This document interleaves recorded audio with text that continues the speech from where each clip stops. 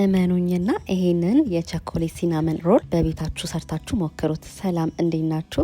ውድ የማኪቫቲዩ ተከታታዮች ለቻናሌ አዲስ ከሆናችሁ ሰብስክራይብ የምትለዋን እና ደውሏን ተጭናችሁ ቤተሰብ እንድትሆኑ በትህትና ጠይቃችኋለሁ። ቀጥታ ወደ አሰራሩ ስንገባ ለብ ያለ ወተት ላይ እርሾ፣ ስኳርና ትንሽ ጨው ታደርጋላችሁ። ስኳር 1 ማንኪያ ነው የተጠቀምኩት። ጨው ደግሞ በጣታችሁ ጨበጣ አድርጋችሁ ነው የምትጨምሩት። እሱ ኩፍ ሲልላችሁ ደግሞ ተጨማሪ ወተት ታደርጉበታላችሁ። ቀጥሎ 1 እንቁላል ተጠቅሜያለሁ።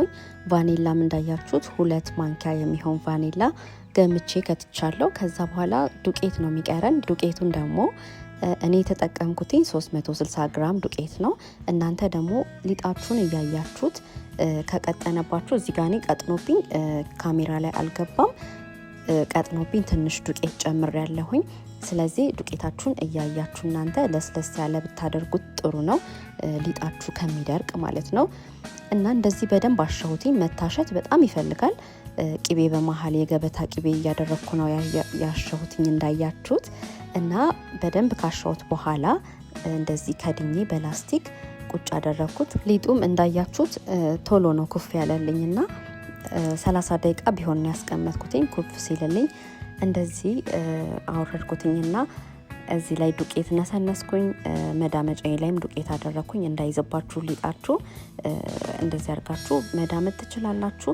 ከዳመጥኩት በኋላ ቸኮሌት እኔ ያው ኬክ ስለምሰራ የተረፈኝ ነበረ፣ ከኬክ ላይ የተረፈኝ ነበረ። ቸኮሌቱን እንደዚህ ቀባሁትኝ። እናንተ አቅልጣችሁ ቸኮሌቱን መጠቀም ትችላላችሁ። ከዛ ውጪ ደግሞ እዚህ ጋር እንዳሳየዋችሁ ቀረፋውን የገበታ ቂቤ እንዲሁም ደግሞ ስኳር አድርጋችሁ እነሱን ቀላቅላችሁ ደግሞ መቀባትም ትችላላችሁ። ካካዋ ፓውደርም ማድረግ ትችላላችሁ በቸኮሌቱ ፋንታ። ከዛ ያደረኩት ሊጡን እንደዚህ እንዳያችሁት በደንብ አድርጌ ነው የጠቀለልኩት። ሳብ እያደረጋችሁ ጠቅልላችሁ መጨረሻ ላይ ስትደርሱ ቆንጠጥ አድርጋችሁ እንዳይለቅ ሊጡ ማድረግ ይኖርባችኋል። እኔ እንዳያችሁት በቢላው ነው እየለካው ልኬት እየወሰድኩትኝ። ለሁሉም እኩል እንዲሆንላችሁ ይጠቅማችኋል ብዬ አስባለሁ። ከዛ ወደ ላይ ከፍ እንዳይልባችሁ ከቆረጣችሁት በኋላ በእጃችሁ እንደዚህ ጠፍጠፍ ታረጉትና ፓትራችሁን ቂቤና ዱቄት ማድረግም ትችላላችሁ። እንዲሁም ደግሞ ቂቤና ቸኮሌቱንም አንድ ላይ ማድረግ ትችላላችሁ ከስር። ከዛ በእንደዚህ አይነት መልክ ደረደርኩትኝ። ሁሉንም ቆራርጬ ደርድሬ እሱ ደግሞ ትንሽ ኩፍ እንዲልልኝ መጠበቅ ነበረብኝ። ትንሽ ጠበቅኩት። እንደዚህ ኩፍ ብሎልኛል። ወደ ኦቨን አስገባሁትኝ። ወደ ኦቨን ገባ። ለ20 ደቂቃ በ180 ዲግሪ ለ20 ደቂቃ ነው ያበሰልኩትኝ። እንደዚህ መስሎ በጣም የሚያምር ከለር ይዞ ወጥቷል። ውስጡም በጣም ነው የበሰለውና ታዩታላችሁ ራሳችሁ። የገበታ ቂቤው፣ ሁሉም ወተቱ፣ የተጠቀምናቸው ነገሮች በጠቅላላ ስሙዝና ለስላሳ እንዲሆን አድርገውታል። የደረቀ ፓርቲ ምንም የለውም። እዚህ ጋር ደግሞ ከላይ የተጠቀምኩት የተፈጨ ስኳር በወተት አድርጌ ነው ከላይ የነሰነስኩትኝ።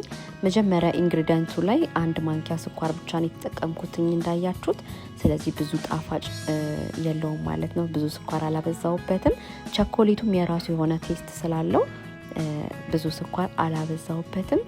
ከምነግራችሁ በላይ ስንቀምሰው በጣም ነው የወደድ ነው። እናንተም በቤታችሁ ሰርታችሁ እንድትሞክሩት ነው ይህን ቪዲዮ የሰራሁላችሁ። ላይክ፣ ሼር፣ ሰብስክራይብ ደግሞ አይረሳ።